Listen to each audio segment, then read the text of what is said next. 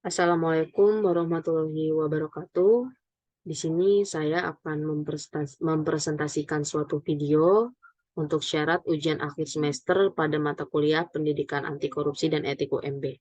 Presentasi video kali ini bertajuk tema upaya pencegahan korupsi pada sektor layanan publik dan juga menjelaskan tentang korupsi pada sektor layanan publik.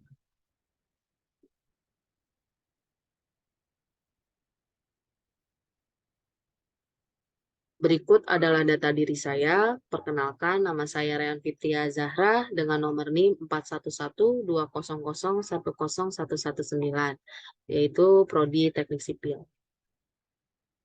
Korupsi pada sektor layanan publik. Perbuatan korupsi pada sektor pelayanan publik disebabkan adanya pelanggaran-pelanggaran atau tidak diterapkannya kewajiban, hak, pedoman perilaku, serta etika pelayanan publik yang sudah ditetapkan pada peraturan rinci dapat dilihat dalam UU Pelayanan Publik pada nomor 25 tahun 2009. Kewajiban pelaksana pelayanan publik yang seringkali diabaikan dan menjadi ladang perbuatan korupsi seperti melayani sesuai standar yang telah ditetapkan, bertanggung jawab terhadap pelayanan, dan membantu masyarakat dalam memahami hak dan tanggung jawabnya. Sedangkan hak pelaksana layanan publik pun seringkali tidak dilakukan, sehingga terjadi pelaksana layanan publik, misalnya tidak memberikan pelayanan karena dihambat pihak lain yang bukan tugasnya, atau tidak menolak permintaan pelayanan yang bertentangan dengan peraturan perundang-undangan, pedoman perilaku pelaksana layanan publik juga sering tidak diterapkan. Yang mana sering terjadi misalnya diskriminasi atau pilih kasih, nepotisme, mempersulit, tidak profesional, mempersulit, tidak terdapat benturan kepentingan, menyalahgunakan fasilitas layanan publik, tidak memberikan informasi yang benar, menyalahgunakan wewenang atau jabatan, dan juga menyimpang dari prosedur dalam memberikan layanan.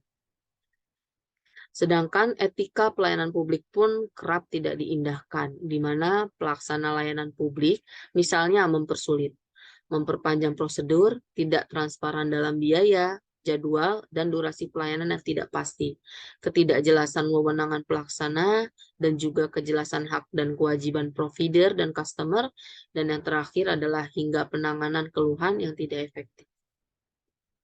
Penjelasan berikut atau penjelasan yang di atas tadi mengungkapkan bagaimana sektor yang semestinya berperan sebagai pemenuhan hak-hak masyarakat justru menjadi ladang korupsi oleh para oknum penyelenggara maupun pelaksananya dengan tidak taat hukum dalam hal ini UU yang berlaku.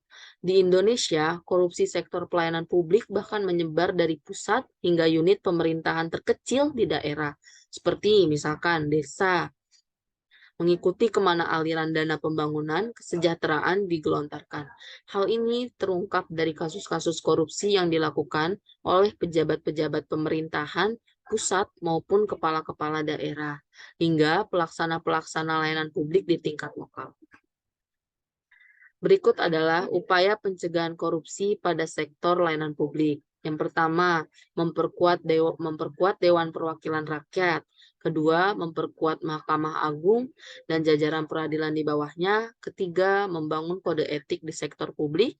Keempat, membangun kode etik di sektor parpol, organisasi profesi, dan asosiasi bisnis. Dan yang terakhir, meneliti sebab-sebab perbuatan korupsi secara berkelanjutan. Terima kasih, kurang lebihnya mohon maaf. Assalamualaikum warahmatullahi wabarakatuh.